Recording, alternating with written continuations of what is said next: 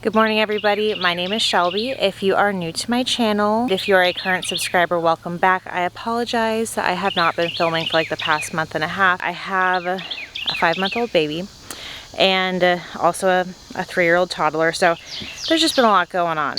With that said, I love the fall garden. I so look forward to the fall garden. I feel like it's our second spring basically, which is unique I think to like our zone because we're in zone 9. I'm gonna start the fall garden seeds today. I'm also going to show you what I have allowed the summer garden to turn into, just in total transparent. Almost every single bed is just like full of weeds. There's not a lot growing right now. There's basically nothing growing right now, which is okay. I'll get this all cleaned up and everything, but that's why I want to start my seeds right now, because most of the seeds that I'm starting won't be ready for transplant for probably like another month or so. It is so hot out here, you guys. It is like 90 something degrees, but this is the time of day I have to do this. Both the kids are napping at the same time, which that doesn't always happen. Let's get started on sowing the seeds. I literally just looked up and I see all these cranes like right there. They're just a few feet away from me. They're so quiet that I don't even realize that they're walking up when they do. And you look up, you're like, ah, oh my God, what are you doing here? Like this crazy large animal that's like over 3 feet tall. It's like a whole family. Okay, so this is the problem that I'm always facing when I start seeds. I'm a seed collector, you know? If you are also a seed collector, let me know in the comments. It's definitely a problem. I'm not going to make any apologies for it because people collect like purses, they collect shoes or whatever. I collect seeds. That's probably what I spend, not the most money on, but I spend a lot of fun money on my seeds. It is so hard to pare down the seeds that I'm going to pick. Because for fall, like I said earlier, it's basically like our second spring. So we can pretty much grow like anything. Why not? Just grow everything you want. The biggest difference between growing in like the summertime and now, which there's lots of big differences. It's not insanely hot, the weather gets nicer, but now we're able to start growing some of the brassicas, which are definitely more sensitive to the summer heat. So I'm talking your Brussels sprouts, I'm gonna be growing some cabbage, some kale. This is a scarlet kale. I tried to grow this in the spring and it didn't work, but we're gonna make it work this time. And some more kale options. So you can grow your brassicas, and that also means you can grow different broccoli as well as cauliflower too. A big thing to start growing would be like your spinaches and different lettuces. This lettuce is a really cool variety I got from Baker Creek. It's kind of like a cabbage lettuce mix. So I wasn't very successful with growing it in the spring. We'll see about the fall. And I had a lot of really awesome success with this 5-color Swiss chard. So I'm growing that too on top of the Mizuna, which if you are a Baker Creek seed purchaser, I'm sure that you have had these free seeds delivered to you. So I figured, why not? Let's just give it a go. So those are some of the seeds I'm starting.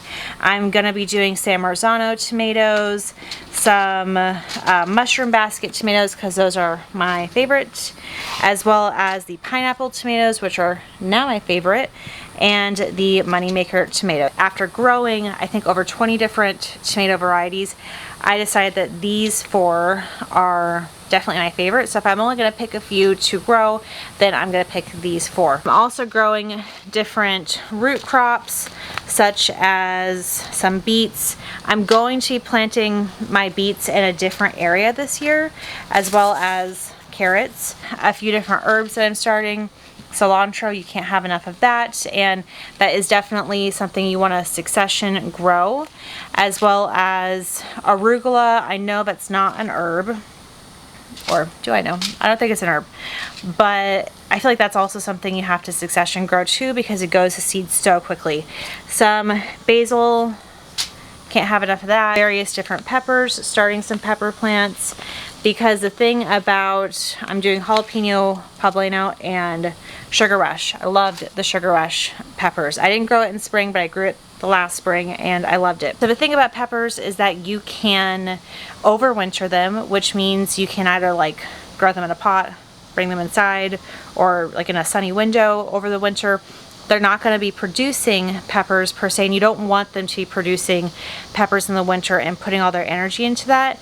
They're going to kind of look like a dead stick. You want to keep them watered, a little bit of sun, and then when it's springtime, you just put it outside and they are ready to rock again. They're gonna just immediately start producing peppers, and you don't have to wait like 90 plus days for that little seed to go from a seed to a plant to peppers. I'm just gonna be honest with you guys, I don't even know why I try with corn, honestly. I don't know. I can't help myself.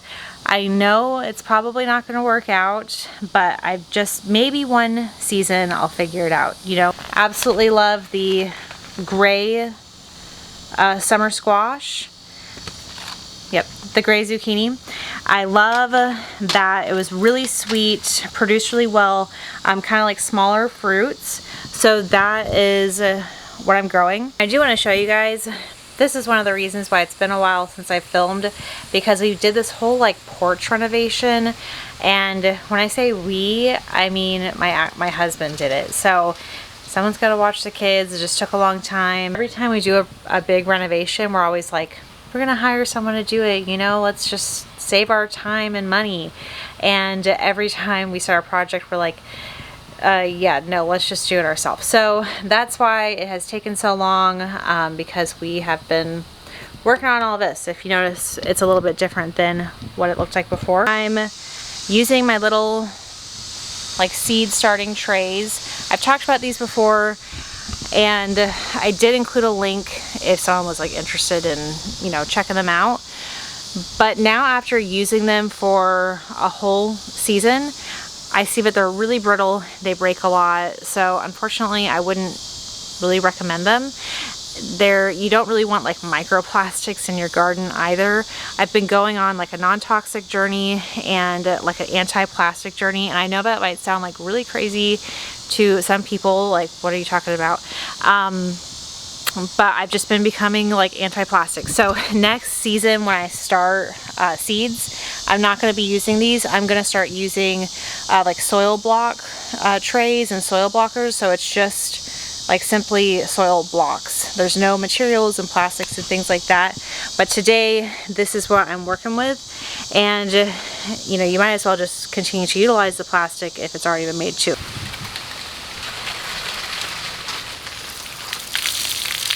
Oh gosh. Well, I didn't realize it was gonna like dump water everywhere, but I'm wearing Crocs, so.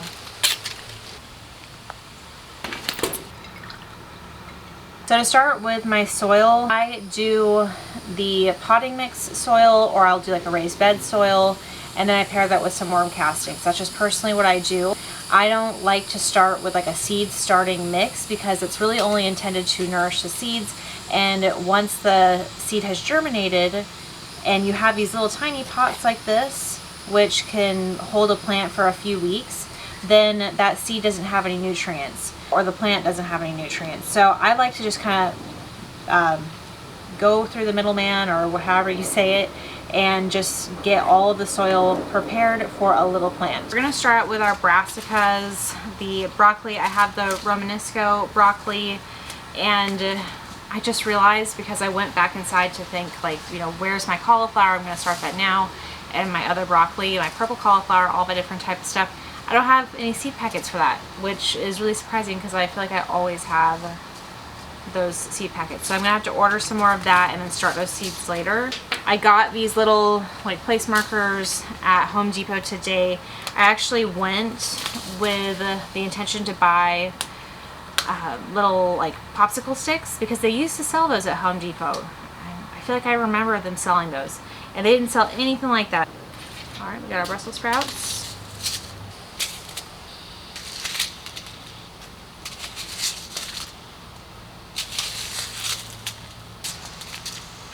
With your brassicas, for the most part, unless I'm mistaken, I don't really think there's any others that are different than this. Most of your seeds are going to look like this. They're really tiny. I don't know if you guys can see. They're little tiny little like little balls. That's what your brassica seeds typically look like, because they come out of these like little bean type things when the plant goes to seed. So your sowing depth for your seeds is, and what's this, the kale? It's about 1/4 inch. I've really gotten the feel of it. I've done a whole video on seed sowing. If you want to check that out, I will link it or put it in the description somewhere. That way you guys can take a look at it. This might be too much kale. It's a lot of kale. I have found that the germination rate for brassicas is pretty good. Like, I've even put them on the top of the soil and just not even really mixed them in before, because it's just pretty easy to germinate these seeds. People have the biggest issue, I would say, germinating, you know, like your pepper seeds and things like that. Those are a little bit more complicated. There's not that much that needs to be done for success with these types of seeds. And I also want to mention that I will do at least 3 seeds per cell to guarantee like better germination. So if I'm only, like, it's so easy to pull these little sprouts apart too, and if I'm only going to be using like 2 cells for some seeds, I'll just put multiple in there and then thin it out later, because it's the time that you don't want to have to waste for yourself. You don't want to have to waste, you know, 5 days or 7 days of waiting for seeds to germinate that might not be. So I'd rather do an overabundance of seeds, thin it out later. I hate wasting plants, but it's definitely for the best. So even with these ones, I'm just kind of like mixing them around in there. It should be fine. It should be fine. Scarlet kale that we're gonna be growing. I got some of these to, you know, start to become little plants in spring. It's just where I planted them didn't get enough moisture. For some reason, it just didn't work, and I didn't have any nice little scarlet kale plants. And this is gonna be cabbage. So I want a lot of cabbage. I love cabbage. It's like a natural detox. You can use cabbage in so many different ways. It's amazing for, you know, like salads, cabbage rolls, you know, you can use cabbage, oh my gosh, in a million different ways. And I'd really love to get into fermenting cabbage and starting to do more ferments, because I know it's not very difficult. Brussels sprouts. So this is kind of one of those things that it takes a while to grow. You don't really get that much from it, but you know, just give it a shot. So I'm just gonna go ahead and get the rest of my tags labeled. I keep having to go in, go out, go in, go out in the house. Tomatoes, it's hard to write and talk at the same time. So I do still have a lot of tomatoes to make into sauce, just because I haven't had time to do it. And these are seeds that I've saved, as you can see. Save your seeds, y'all. Save as many seeds as you can. It's gonna save you a lot of money. This lettuce to grow in the spring, and it just didn't work out. That is not going to deter me. I'm just not that type of person.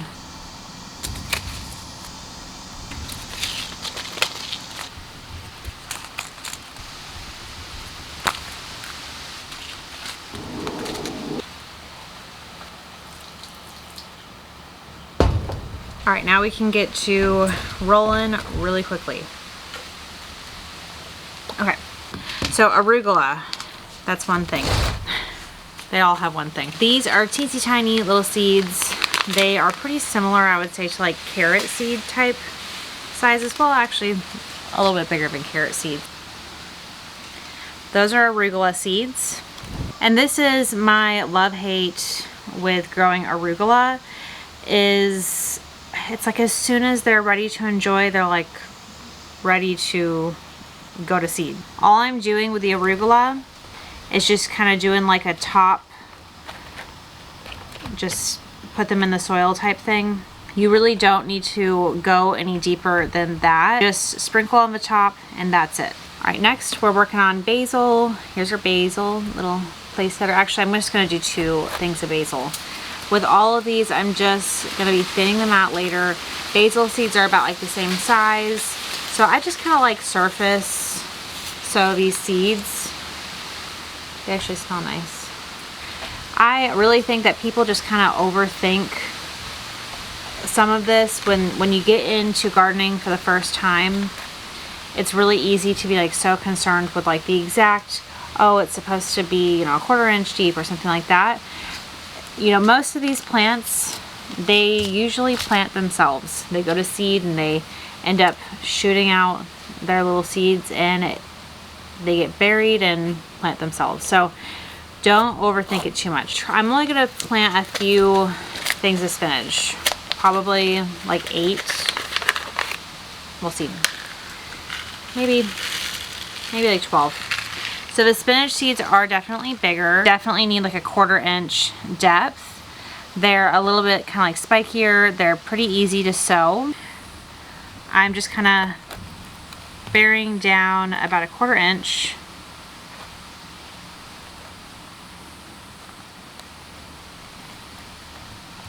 All right, so we have our spinach done. Onto our cilantro. Now the cilantro is not something I'm gonna be waiting for like a month before I transplant it.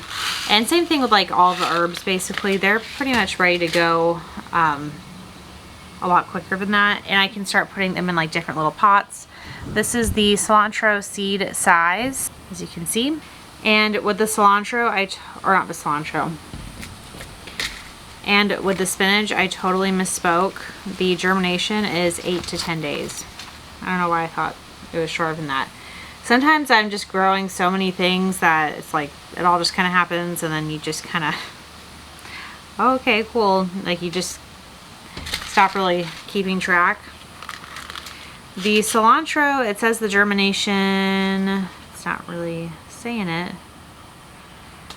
I would think it'd be like about a week or so. This would be a 1/4 of an inch deep. How big is the seed? So the bigger the seed, the deeper the seed needs to be sown. The smaller the seed, the more shallow the seed needs to be. So if something as big as like a cilantro seed or a spinach seed only needs a 1/4 inch depth, if it's smaller than that, then it's basically going to need like an 1/8 of an inch to just like a surface level type depth. These are poblanos. And with the peppers, that is one thing you do kind of want to be careful with how you're sowing the seeds and everything.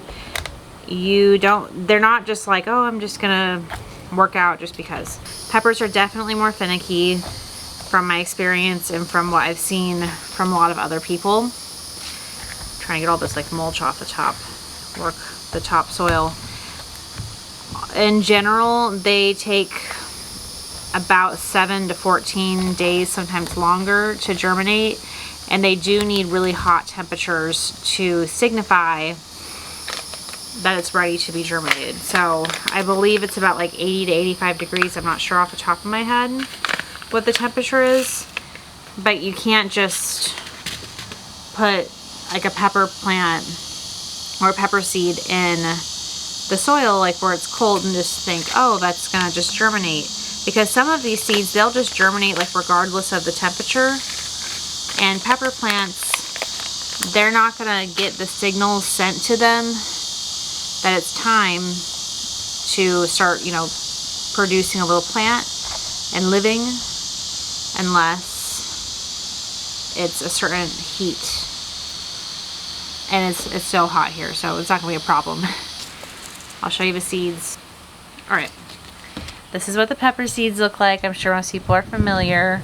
If you've ever opened up a little pepper. Just planting 3.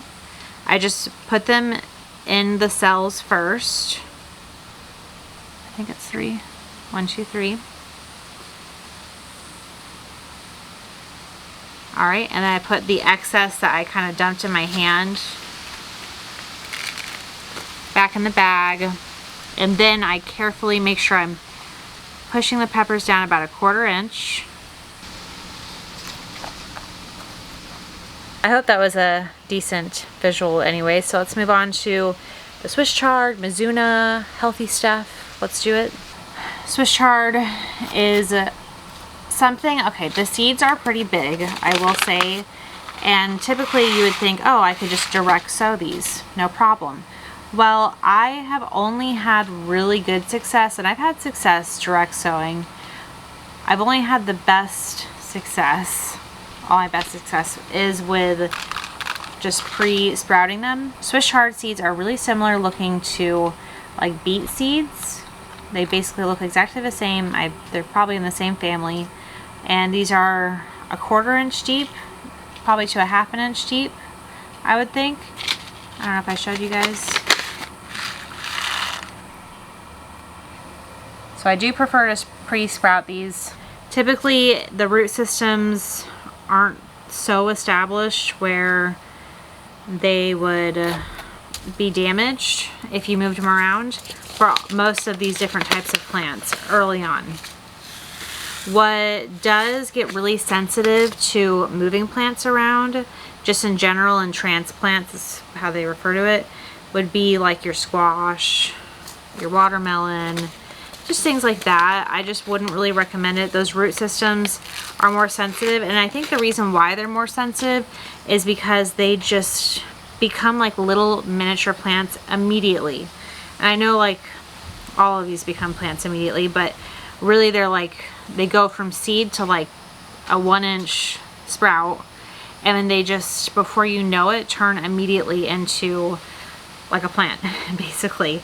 All of these other different seeds, they just take a lot longer, so the root system probably just hasn't had enough time to really develop and get that fragile, so they're more forgiving. You can horse around the root system a little bit more. All right, moving on to another seed tray. We've got our lettuce, San Juan Melior. There. These are really tiny seeds, and lettuce seeds, if you're not familiar, they're kind of like these oval, spiky shaped seeds.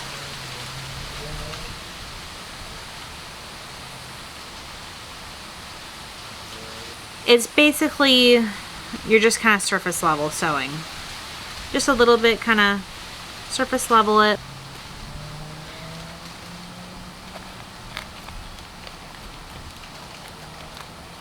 Alright, so I just planted a lot of those actually.